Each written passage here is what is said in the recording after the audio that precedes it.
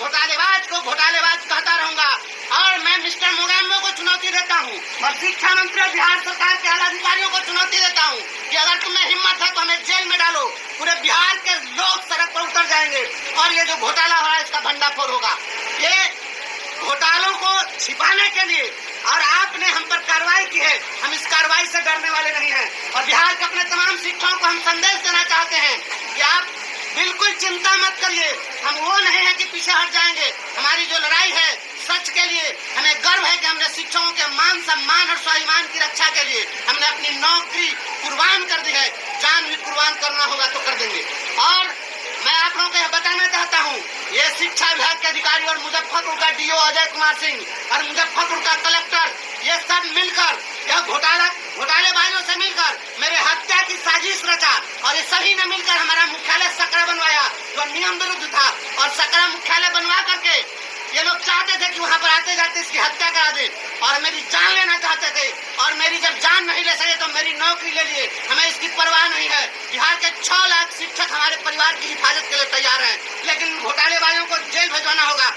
मैं मांग करता हूँ राज्य सरकार से कि 1 सप्ताह के अंदर ये कार्रवाई वापस हो और जो घोटाले हुए हैं इसकी निष्पक्ष जांच हो, सीबीआई से इसकी जांच होनी चाहिए। क्योंकि आपका कलेक्टर घुसखोर है, आपका पदाधिकारी चोर है और ये सब मिलकर बंदरबांट कर रहा है। नहीं तो मैं कह रहा हूँ कि भाउचर की जांच कराओ। यहाँ के पंचायती राज के जो मंत्री हैं आदरणीय केदार गुप्ता जी, उन्होंने कहा कि भाउचर की जांच कराओ। भाउचर की जांच क्यों नहीं हो रही है?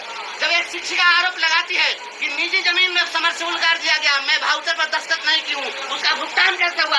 इसकी जांच क्यों नहीं हो रही है? पूरा घोटाला हुआ है और इस घोटाले को हम लोग उजागर करके रहेंगे और ये पदाधिकारियों को जेल भेजना पड़ेगा। शिक्षा मंत्री जी, आपने कहा कि सारे पदाधिकारी भ्रष्ट नहीं है, सभी जगह गड़बड़ी नहीं हुई है, कुछ जगह गड़बड़ी हुई है, सेलेक्टर तो बता दीजिए। मैं शिक्षा मंत्री आदरणीय सुनील बाबू को मैं चुनौती देता हूँ कि आप कोई एक जिला बता दीजिए जहाँ का पूरा सिस्टम ईमानदार हो, मेरे साथ चलिए। अगर हमने आपको उन लोगों के चोरी का करतूत अगर भंडाफोड़ करके नहीं रख दिया और वहाँ पर करोड़ों का घोटाला नहीं साबित कर दिया तो मैं जेल जाने के लिए तैयार हूँ। मुझे फांसी पर टांग दीजिएगा, जब मैं चुनौती देता हूँ। पूरे राज्य में घोटाले हुए हैं, आज पूरे प्रदेश से हमारे जिले से सारे साथी आ गए और जो लोग नहीं भी आ सके हैं और उनकी संवेदना है, मैं सभी लोगों को धन्यवाद देता हूँ, नमन करता हूँ। और हमारे साथी यहाँ पर बड़े भाई, हमारे शिक्षक नेता आदरणीय केशव जी यहाँ पर हैं, हमारे शिक्षक नेता बड़े भाई क्रांतिकारी साथी प्रमोद यादव जी यहाँ पर हैं। ये सभी लोग आकर हमारा उत्साहवर्धन किए हैं और इन सभी लोगों ने साथ सहयोग देने का वादा किया है। शेष बात मैं चाहूंगा कि हमारे श्रेष्ठ नेता हैं, इन लोगों से ही बात लीजिए, बिहार के तमाम क्रांतिकारी साथियों को। और आप मीडिया के लोगों को भी मैं धन्यवाद देता हूँ कि जो मोगेम्बो ईमानदार बनकर आया था, उसके चोरी की चर्चा अब घर घर में हो रही है, सदन में हो रही है। शर्म आनी चाहिए। घोटालेबाज पदाधिकारियों को जेल भिजवाने के लिए सड़क पर हम लोग उतरेंगे और शेष हमारे नेता लोग बताएंगे। आदरणीय हमारे बच्चों के साथ जो हुआ अन्याय हुआ, बैग घोटाला, बेंच घोटाला, तो इसको कैसे आप लोग सही करवाएंगे, ये बताइए।